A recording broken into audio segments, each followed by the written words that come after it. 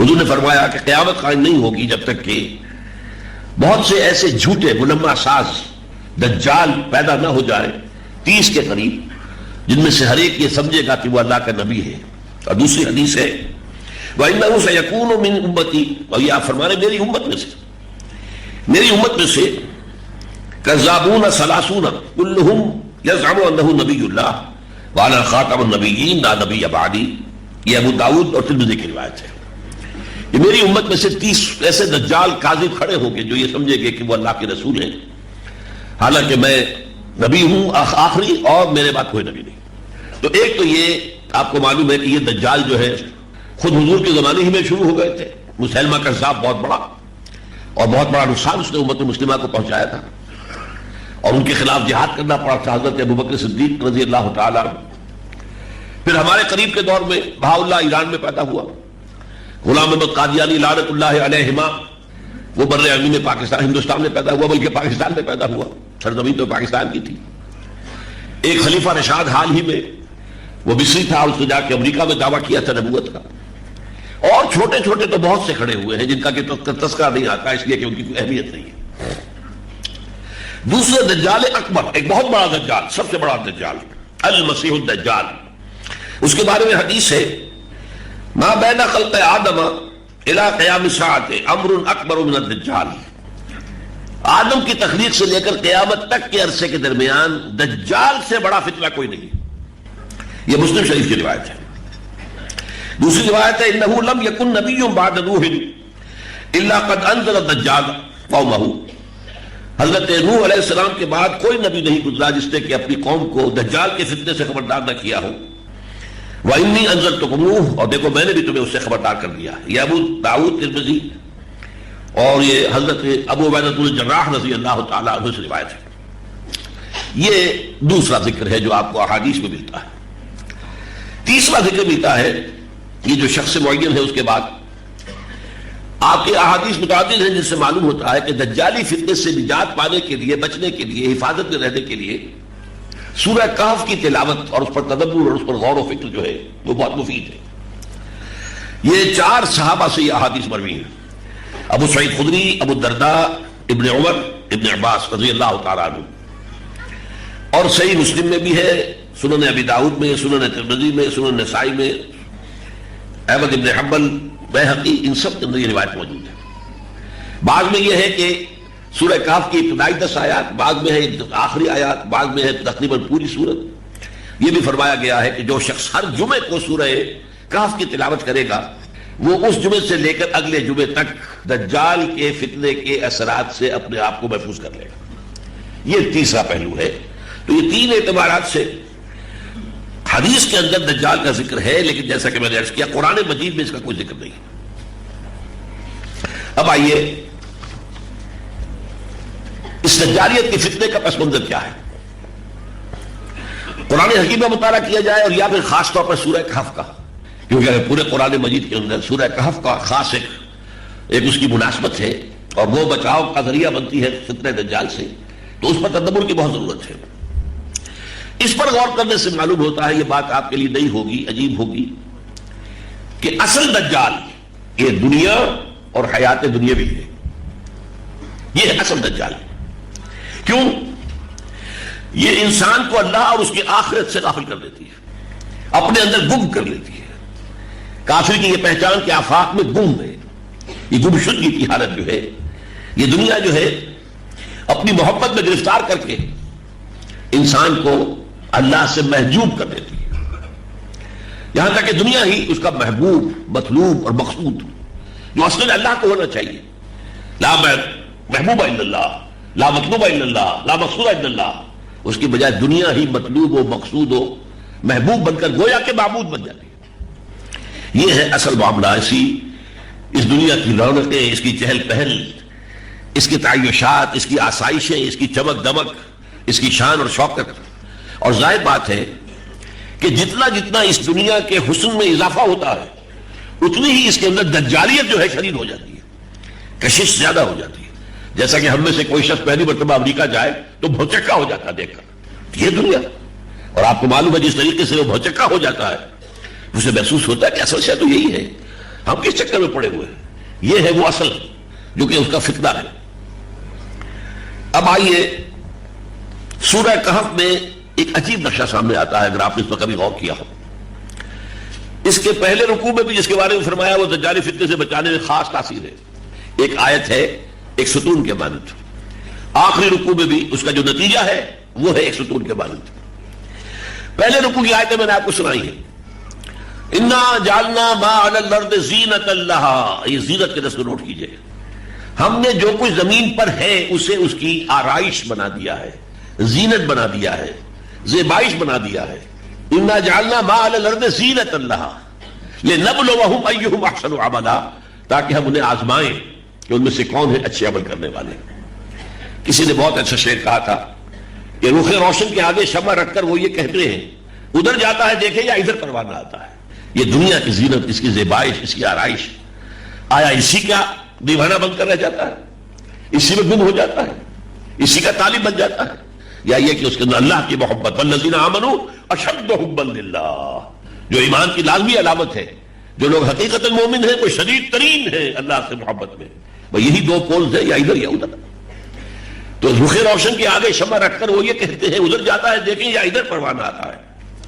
اب یہ جو ہے اس کا جو نتیجہ نکلتا ہے وہ ہے سورہ کہف کے آخری رکوع میں، قل هل ننبئکم بالاخسرین اعمالا، اے نبی ان سے کہیے کیا ہم تمہیں بتائیں کہ اپنے اعمال میں سب سے زیادہ خسارے میں رہنے والے کون ہیں؟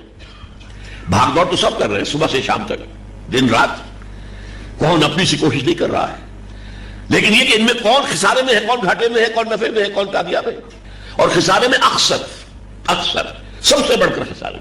قل هل ننبئکم بالاخسرین اعمالا الذین ضل سعیہم فی الحیاۃ الدنیا، وہ لوگ جن کی سعی، جن کی محنت، جن کی بھاگ دوڑ، جن کی جد و جہد دنیا کی زندگی میں گم ہو کر، گم ہو جانا، الذین ضل سعیہم فی الحیاۃ الدنیا وہم یحسبون انہم یحسنون صنعا، اور وہ یہ گمان کر رہے ہیں کہ ہم تو بہت اچھا کام کر رہے ہیں، دیکھو ہمارا کاروبار کہاں سے کہاں پہنچ گیا، دیکھو کبھی ہماری ایک فیکٹری ہوتی تھی آج 10 ہے، پہلے ایک مل ہوتا تھا آج کتنی ہے، دیکھو میں کہاں سے کہاں ترقی کر گیا، میں آج پاکستان کے صدر ہوں یا وزیر اعظم ہوں، کہاں سے کہاں پہنچا ہوں، میں کہاں سے کہاں پہنچا ہوں۔ وہ یہ سمجھ رہے انہم یحسنون صنعا اولئک الذین کفروا بآیات ربہم ولقائہ، یہ وہ لوگ ہیں جنہوں نے اپنے رب کی آیات اور اس سے ملاقات کا انکار کیا ہے، فحبطت اعمالہم، تو ان کے تمام اعمال حبط ہو گئے، یعنی کوئی نیکی کا کام کر رہے ہو، کوئی فاؤنڈیشن بنا دی ہو، کوئی جو ہے کوئی خیرات گھر بنا دیا ہو، یتیم خانہ بنا دیا ہو، سمجھ رہے ہم نے بڑا نیکی کا کام کیا ہوا ہے، حبطت اعمالہم، اگر مقصود دنیا ہے تو یہ سارے اعمال حبط ہو گئے، حبطت اعمالہم فلا نقیم لہم یوم القیامۃ وزنا، ان کی کسی اعمال کا قیامت کے دن کوئی وزن نہیں ہوگا۔ اولئک الذین کفروا بآیات ربہم ولقائہ فحبطت اعمالہم فلا نقیم لہم یوم القیامۃ وزنا ذلک جزاؤہم جہنم بما کفروا، ان کی سزا جہنم ہوگی ان کے کفر کے باعث۔ واتخذوا آیاتی ورسلی ہزوا، انہوں نے میری آیات کو میرے رسولوں کا مذاق بنایا، رسولوں نے بتایا تھا اصل زندگی آخرت کی زندگی ہے، انہوں نے سمجھا یہ نہیں اصل زندگی ہے، بابر بحث کوش کہ عالم دوبارہ نیست۔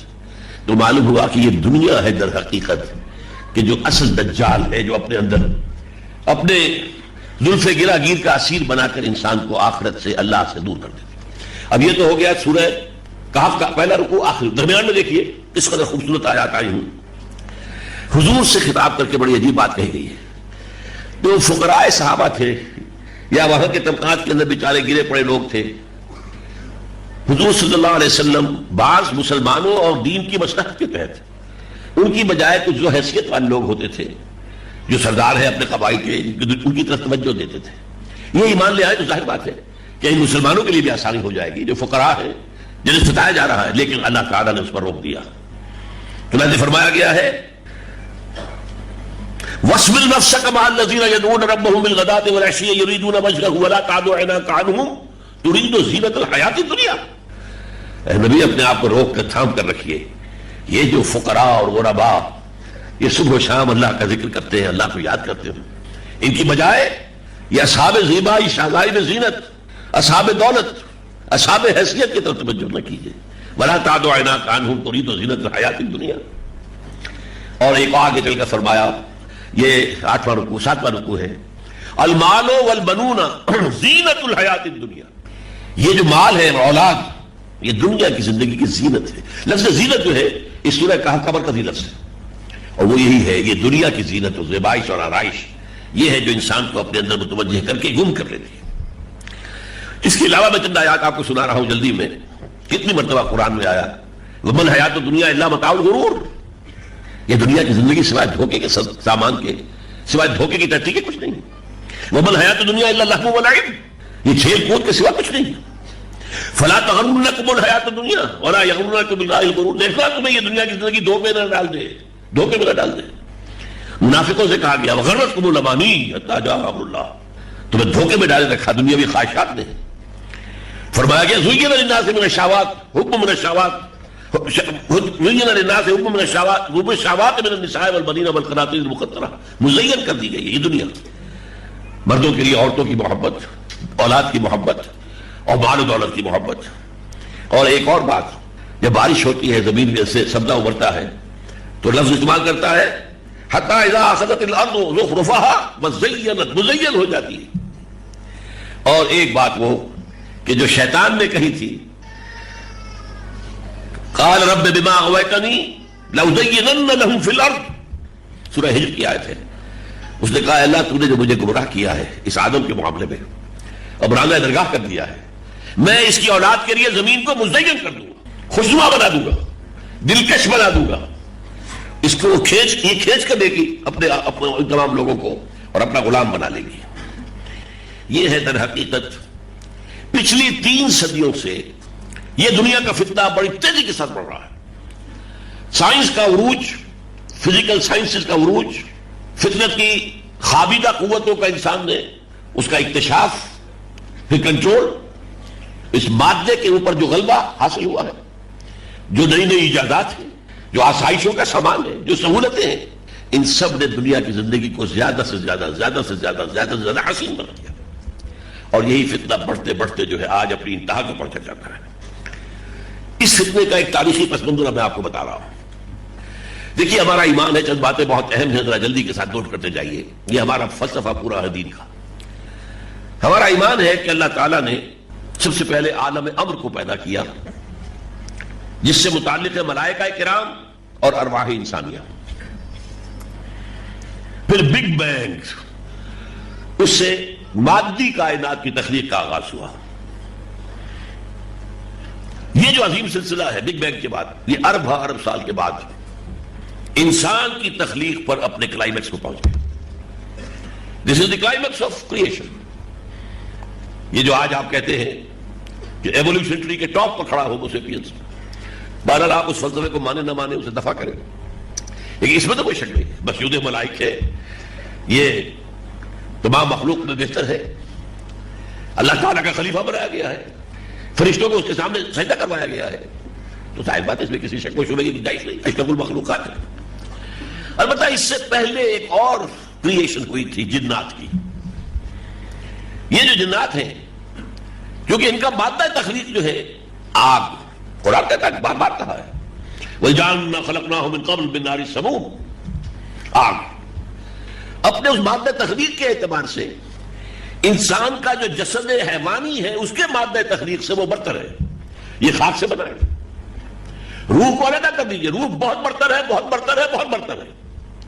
لیکن اگر روح سامنے نہ رہے، روح کو ہٹا دیں، انسان بحیثیت حیوان، جسد حیوانی کے اعتبار سے جنات سے بہت کمتر ہے، بہت کمتر ہے. یہی وجہ ہے کہ جب سجدے کا حکم دیا اور اس نے انکار کیا تو اس نے یہی کہا تھا انا خیر منہ خلقتنی من نار وخلقتہ من طین، اے اللہ میں اس آدم کو سجدہ کروں، میں اس سے بہتر ہوں، تو نے مجھے آگ سے پیدا کیا ہے اور اسے جو ہے مٹی سے پیدا کیا ہے. اب آگے چلیے.